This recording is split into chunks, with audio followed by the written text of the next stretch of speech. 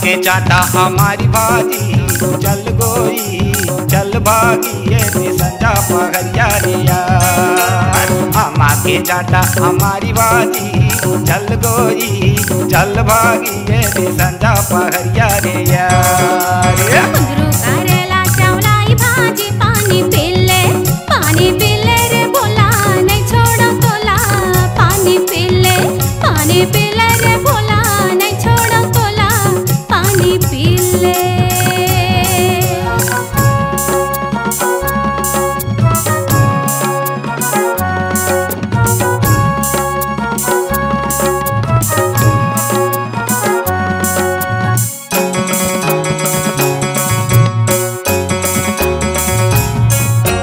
गोजा रे गोजा अमली के गोजा खाबो मोर जिंदगी के राहत ले नहीं देवा धोखा खाबो मोर जिंदगी के राहत ले।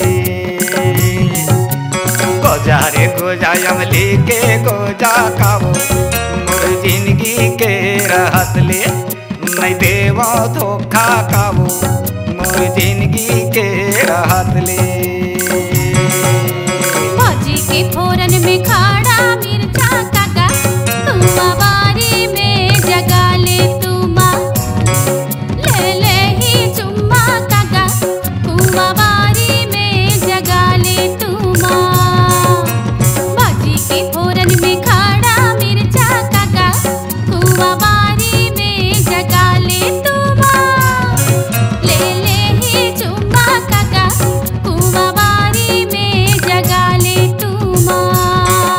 खटोला खटोला डूमर खोला राधे नंदी के पानी ने सहे तोला माचा रे खटिया दियला रूपे बर दखिया रे खटिया के लाल भाजी आगा मोर छैला रे काला बतावा काला सुनावा हाथे मचूरा पागा के कलगी मजी भर झेरे दो हाथे मचूरा पागा के कलगी मजी भर झेरे दो।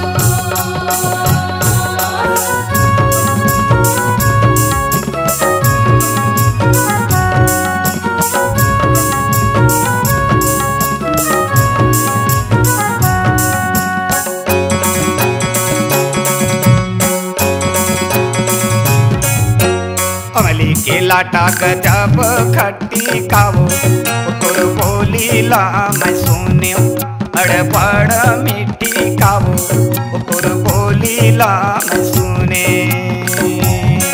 ये अमली के लाटा गजब खट्टी खावो तोर बोली ला मैं सुन्यो अड़बड़ मीठी खावो तोर बोली ला मैं सुने।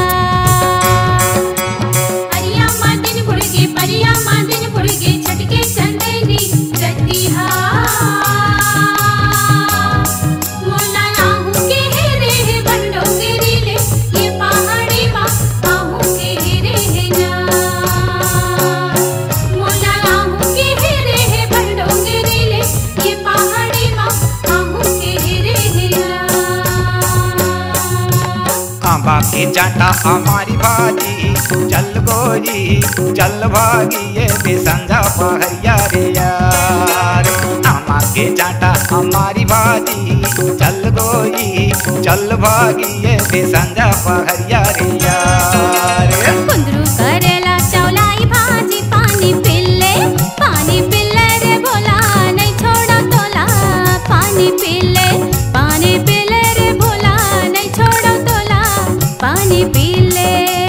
संजा पहरिया रे यार। नहीं छोड़ा तोला रे यार, अरे संजा पहरिया रे यार। नहीं छोड़ा तोला रे यार, अरे संजा पहरिया रे यार। हाँ नहीं छोड़ा तोला